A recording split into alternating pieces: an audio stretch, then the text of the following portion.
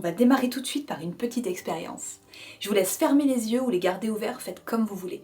Maintenant, vous allez imaginer un citron. Imaginez que vous revenez du marché, par exemple, que vous avez trouvé un de ces beaux citrons bien juteux, bien jaunes, qui viennent de Sicile, et que vous allez pouvoir découper ce citron. Prenez-le dans vos mains, sentez-le, touchez-le, et maintenant, vous allez prendre un couteau et l'ouvrir en deux. Sentez l'odeur qui émane de ce citron. Sentez le goût que vous commencez à avoir dans la bouche et pressez-le dans votre bouche. Est-ce que vous sentez un petit peu vos papilles qui s'activent là? Est-ce que vous êtes en train de saliver? Moi c'est le cas en tous les cas, dites-moi en commentaire si c'est le cas pour vous. Si c'est le cas, c'est tout à fait normal. Vous venez de faire l'expérience de la suggestion. Notre cerveau est capable de matérialiser ce que nous imaginons pour le rendre le plus réel possible. Et l'hypnose justement se base sur ces capacités de suggestion. Allez, je vous en parle tout de suite.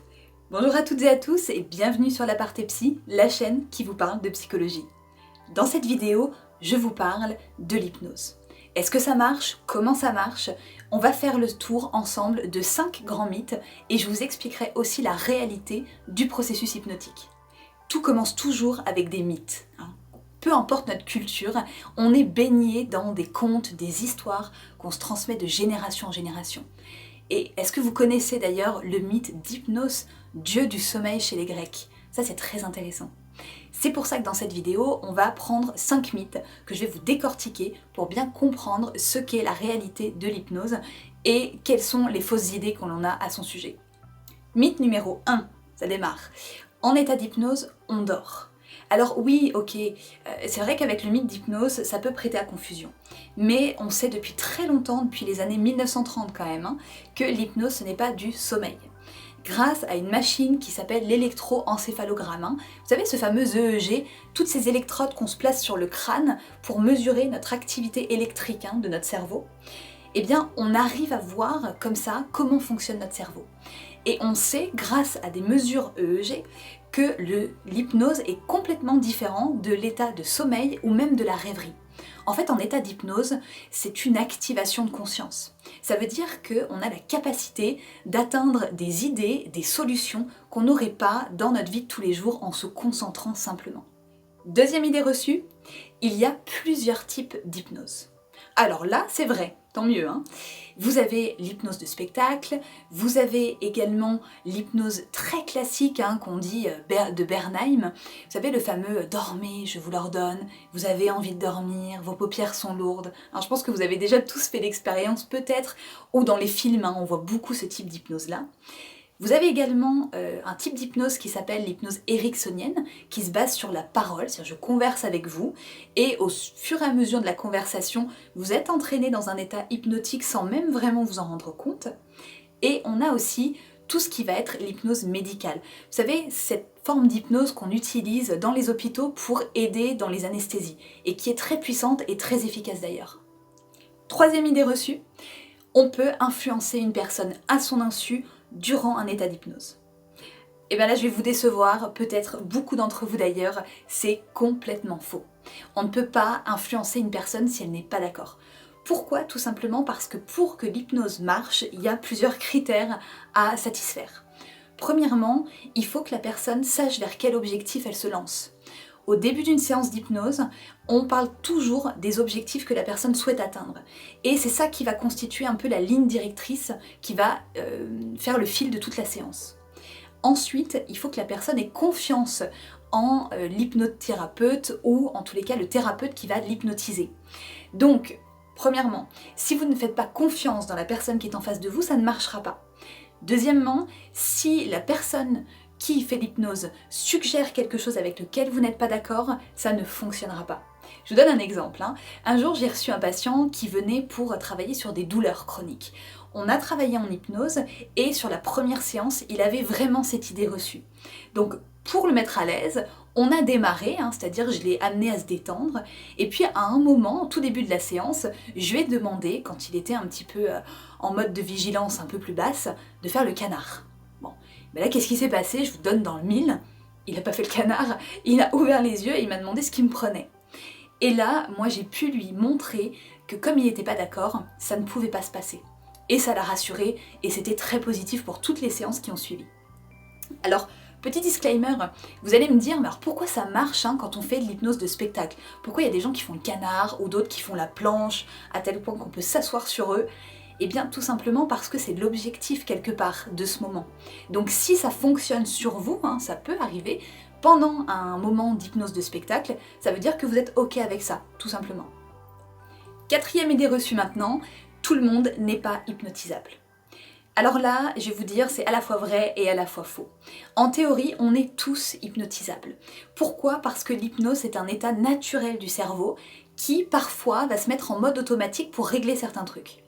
Par exemple, ça vous est déjà tous arrivé, je pense, de rentrer chez vous après une journée de travail, après une journée en cours, et de vous rendre compte que vous êtes complètement absorbé dans vos pensées, à tel point qu'à un moment vous vous retrouvez devant la porte de chez vous et vous savez même pas ce qui s'est passé sur toute la durée du trajet.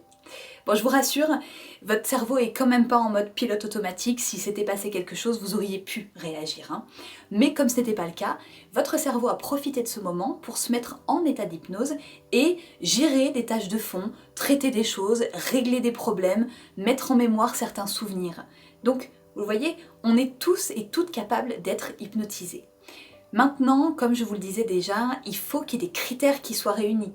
Par exemple, il faut déjà être en confiance avec la personne qui vous propose la séance d'hypnose, il faut que vous ayez un objectif bien défini et il faut aussi que ce soit le bon moment. Il y a des moments où on n'a pas envie et on n'a pas la possibilité d'être face à soi-même. Allez, et cinquième et dernière idée reçue, en état d'hypnose, je vais retrouver et découvrir des souvenirs enfouis, des traumatismes. Alors, ça encore une fois c'est faux, je vous rassure. Sauf bien sûr si c'est votre objectif. Si vous faites de l'hypnose de type régressive pour retrouver des souvenirs parce que vous avez besoin de travailler sur certains points, alors oui, ça arrivera. Par contre, au début de la séance, comme je vous l'expliquais avant, vous vous fixez des objectifs. Donc si votre objectif c'est d'arrêter de fumer, de perdre du poids, de pouvoir travailler sur des douleurs, eh bien c'est ça qui se passera durant la séance et pas autre chose. Avant d'arriver au conseil de psy, si vous avez aimé cette vidéo, comme d'habitude, partagez autour de vous, activez la cloche pour ne rater aucune des nouvelles vidéos, abonnez-vous et mettez le petit pouce vers le haut pour soutenir la chaîne. Et on arrive maintenant au conseil de psy. Alors comme vous l'avez vu, l'hypnose est particulièrement efficace. Elle est basée sur la suggestion et notre cerveau en fait est capable de créer des perceptions qui nous paraissent quasiment réelles, alors dans la limite bien sûr du raisonnable et du possible.